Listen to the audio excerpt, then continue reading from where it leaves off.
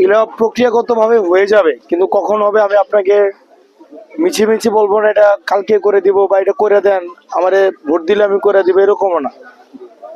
এগুলা আপনার জেনারেল প্রক্রিয়া, এগুলো হবে, একটু অপেক্ষা করেন।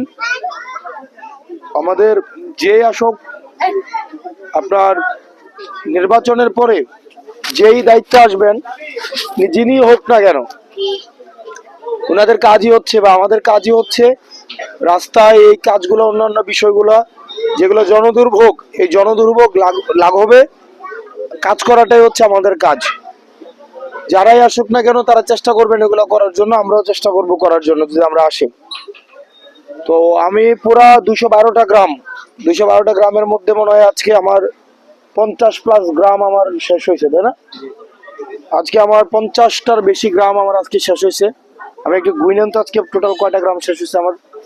যে আমার গত 6 দিনে আমি 50-এর বেশি গ্রামে গেছি দেবিদ্বারের আসলে সমস্যাগুলো জানার জন্য। এগুলা নিজের মুখ দিয়ে দেখা, নিজের আরেকজনের কাছ থেকে শোনার থেকে দেবিদ্বার শহরে বসে বা ঢাকা শহরে বসে নিজে আইসা দেখলে, যেমন এখানের যে রাস্তাটা যেটা আসলাম, এটা কি রাস্তা বলা যায় না, এটা বলা যায় না, পুকুরের পারে বাঁশমুড়া দিয়া হাঁটা, তাই না? জমির আইল বলা যায়, তাই না? জমির আইল বলা যায়। হুন্ডার একটা পরে গেছিল আমাদের সাথে আসার সময়। তো আমরা এনসিপি জাতীয় নাগরিক পার্টি, আমাদের একটা প্রতীক আছে শাপলা, জানেন তো নাকি? শাপলা কলি।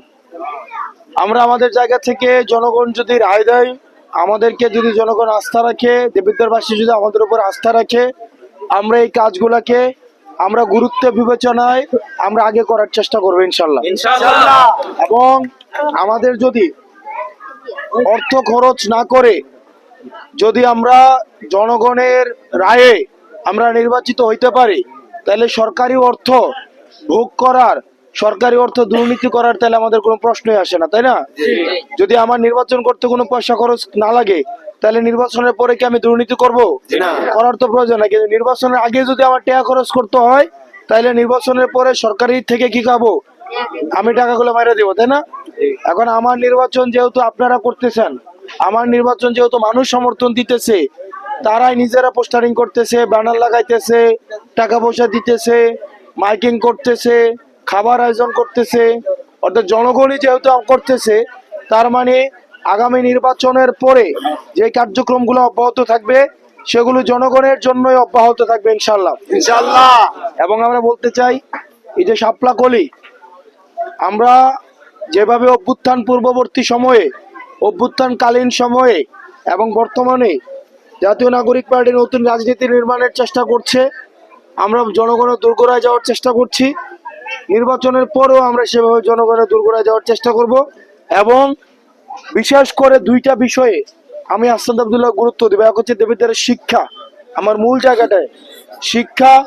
2 হচ্ছে অবকাঠামো, দেবিদ্বারের যে অবকাঠামো, রাস্তাঘাট, সব রাস্তা খারাপ। আর 3 নম্বরে হচ্ছে যুব সমাজের জন্য এই যে বিনোদনের ব্যবস্থা, মাঠ, তাদের ক্রীড়া সামগ্রী, এই জায়গাগুলোতে আমি বিশেষ গুরুত্ব দিব।